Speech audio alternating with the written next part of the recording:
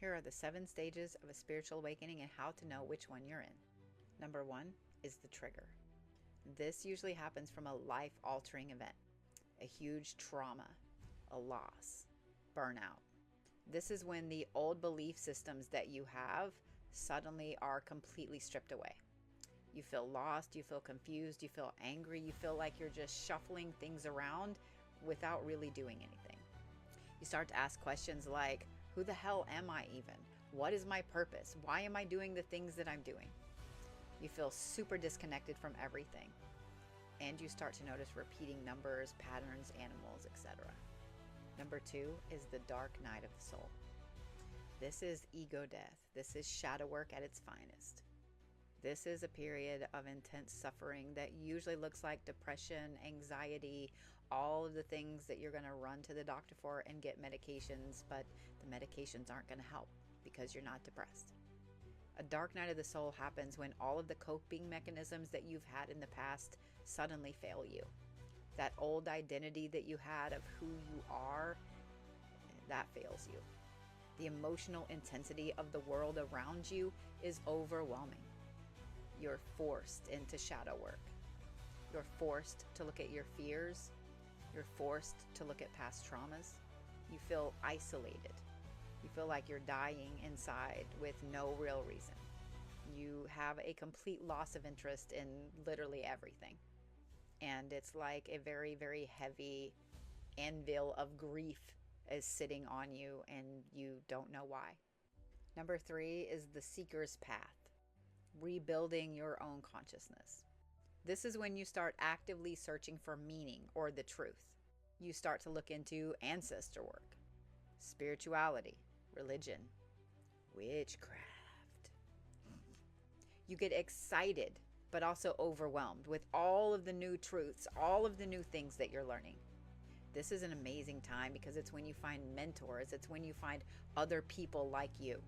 It's when you find those cool books and the practices that resonate so deep that you feel like that they were made for you, that you were made to walk that path. The synchronicities around you start to accelerate. You feel crazy. You start to see the interconnectedness of everything in life. The serendipity gets overwhelming. Number 4 is illumination. This is clarity and inner light. It is a full-on awakening, a realization. You suddenly start to have such profound insights about everything, about your soul, about your past, about your place in the universe. You start to have this really deep inner peace. There are a lot of amazing, blissful moments when you just connect so deep with spirit, with the universe, with source, with ancestors, with deities, with all the things. You start to shed external identities, who you thought you were, and then you start to turn into your authentic self. You start to get all of these crazy downloads and you just know these things and you can't explain how you know them. You start remembering your soul, your gifts, your talents, your past lives, and you start getting interested in starseeds. Time doesn't apply to you in this phase. You feel like you're in a dream most of the time, or that time folds on itself repeatedly. Number 5 is embodiment. This is being very grounded, being very discerning. This is when you really set into your practices. You start to learn balance between the spiritual world and the physical world. Your ego starts to return in a much healthier form. Now your ego is in service to the soul, not in control of the soul. You start to really embody what you've learned through action, through service to others, to service to yourself, to creation, and to boundaries. You start to create your own spiritual routines, and these start to nourish your human self. You also start to attract other people that are aligned with your soul. You live way more intuitively and you trust that inner compass wherever it's headed. Number 6 is your soul's mission, your purpose, the activation. This is when you feel really powerful. This is when your life starts to align with your soul's purpose. You may get into healing, creating artwork, teaching, being an advocate for others, or just being a source of light in the universe.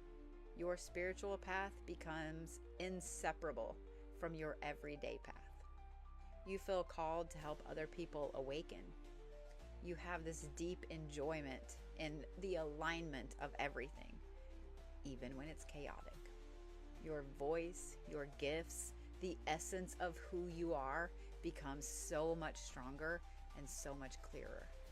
Life becomes less about seeking and more about service and creating. Number 7 is the return. The cycle continues, and a spiritual awakening is not a straight line. This is the evolution of you. A spiritual awakening is a spiral, and it's always going. New levels of awareness start to pop in and leave.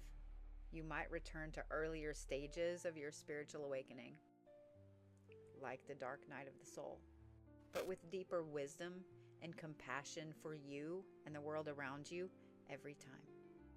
You start to learn that healing never ends, but now you embrace it.